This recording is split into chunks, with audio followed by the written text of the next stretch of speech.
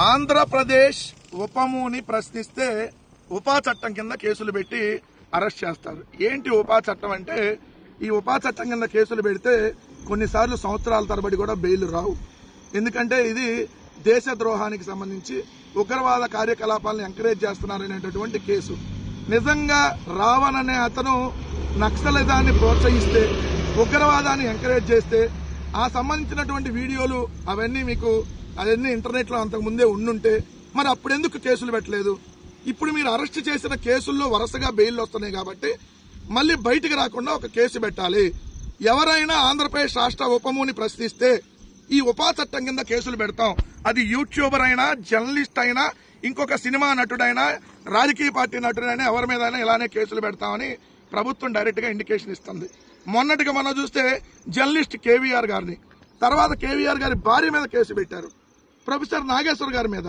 అదే విధంగా చూస్తే ఇప్పుడు ప్రశ్న రావణ్ మీద, రేపొద్దున జడా శ్రావణ్ గారి మీద, అంకా రేపొద్దున ఏదైతే ప్రకాష్ రాజ్ గారి మీద, తర్వాత మీ మీద, తర్వాత నా మీద, రేపొద్దున ఎవరైతే ఉపమును ప్రశ్నిస్తారో వాళ్ళందరి మీద ఉపా చట్టం కింద కేసులు పెట్టి బొక్కలోకేసి ఏదైతే మక్కలు ఎరగొడతామని చెప్పి డైరెక్ట్ గా ప్రభుత్వం ఇండికేషన్స్ ఇస్తుంది. ఇక్కడ ఇప్పుడు ప్రభుత్వం ఒక తెలివైనటువంటి కుట్రకి తెరలేపింది. హిందూ సంఘాలని కొంతమందిని, ఏది తెలుగుదేశం పార్టీకి కొమ్ము కాసేటటువంటి పచ్చ కండవ వేసుకున్న కొంతమంది సంఘాల ముసుగులో ఉంటారు చూడండి, రాజకీయ హిందువులు. దీంట్లో చాలా తేడా ఉంది. మామూలు హిందువులకి రాజకీయ హిందువులకి చాలా తేడా ఉంది. నేను హిందువుని, కానీ నేను అన్ని మతాలని గౌరవిస్తా. కానీ రాజకీయ హిందువులు కొంతమంది ఉంటారు, వాళ్ళకి తిరుమల లడ్డులో బాత్రూమ్ యాసిడ్ కలిపారన్న, తిరుమల లడ్డులో పంది కొవ్వు కలిపారన్న, తిరుమల లడ్డులో దున్నపోతు కొవ్వు కలిపారని నీచంగా మాట్లాడినా ఈ రాజకీయ హిందువులు రారప్పుడు. ఎందుకు? అసలు ఇవన్నీ జరగవు కదా, ఎట్లా కలుపుతారని వాళ్ళు మాట్లాడరు. అమ్మో కలిపేశారు, అమ్మో కలిపేశారు, అమ్మో తినేశాం. తిన్నారా ఇవన్నీ? ఏమయ్యా రాజకీయ హిందూ సంఘాలను అడుగుతున్నారు, రాజకీయ హిందూ సంఘాలని. ఒక ముఖ్యమంత్రి ఉన్మాదంగా మాట్లాడితే ఏమయ్యారు ఆ రోజు మీరందరూ? 310 సంవత్సరాల చరిత్ర కలిగిన లడ్డూలో ఏ మతస్థుడు కూడా, ఏ రోజు కూడా, మనిషి పుట్టినాడు ఎవడో కూడా కల్తీ అనే మాట్లాడాల.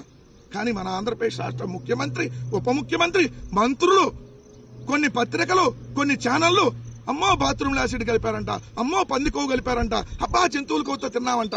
సిగ్గు లేకుండా ఇలా మన మతాన్ని, మన లడ్డూని నీచంగా, అవమానంగా చిత్రీకరిస్తుంటే ఏమయ్యారు ముసుగేసుకున్నటువంటి రాజకీయ హిందువులు? నేను అడుగుతున్నా. అప్పుడు టప్పెట్లు కొట్టింది కదా, మొత్తం వెళ్ళి టెట్ట కొట్టుకుంటూ రైల్లో తిరిగారు కొంతమంది. ఏమయ్యారమ్మా? ఇప్పుడు చెప్పండి. అవన్నీ తప్పని చెప్పింది కదా. ఇప్పుడు మరి మీరు వెళ్ళి ఎక్కడికి అడగలేదే? ఎక్కడో చోట ఎవరో ఒకరికి అడగాలి కదా. అదే గుడ్లి ఎందుకు అడగలేదు? ఇంత నీచంగా మాట్లాడితే ఈరోజు జగన్మోహన్ రెడ్డి గారి మీద ఉసిగొలపడానికి కొన్ని హిందూ సంఘాలను తీసుకొని వచ్చి ప్రెస్ మీట్లు అనమాట. అదే రాజకీయ హిందూ సంఘాలని.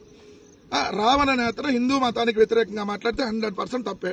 ఎవడో కూడా సమర్థించడు. ఏ మతాన్ని ఎవరు కించపరచకూడదు. మరి డైరెక్ట్ గా రాజకీయ నాయకులే మతాల మధ్య చిచ్చు పెడుతుంటే, మత విద్వేషాలు రెచ్చగొడుతుంటే, ఓ పక్క ఈ రోజు ఏదైతే చచ్చిపోయినటువంటి వాళ్ళని తీసుకురాగలుగుతామా? తొక్కిసలాటే కదా జరిగింది. జగన్నాథ రథచక్రాల్లో పోట్లేదా, రైలు ప్రమాదాల్లో పోట్లేదా అని మాట్లాడితే హిందూ భక్తుల మీద అప్పుడు రాలేదే రాజకీయ హిందూ సంఘాలు.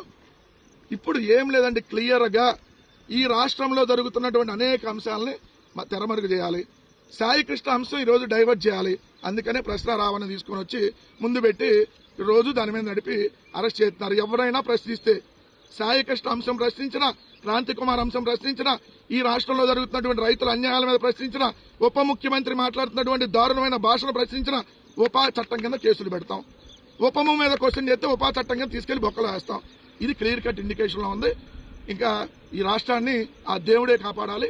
ఎందుకంటే ఇంత దారుణాలు ఎక్కడా జరిగినటువంటి దారుణాలు ఈ రాష్ట్రంలో జరుగుతా ఉన్నాయి 2 సంవత్సరాలుగా. సో ఈ ప్రభుత్వానికి పోయే కాలం దాపరించింది కాబట్టి ఈ విధంగా పేటరేగిపోతుందని ఈ రోజు రాజకీయ విశ్లేషకులందరూ కూడా మాట్లాడుతున్నటువంటి మాట.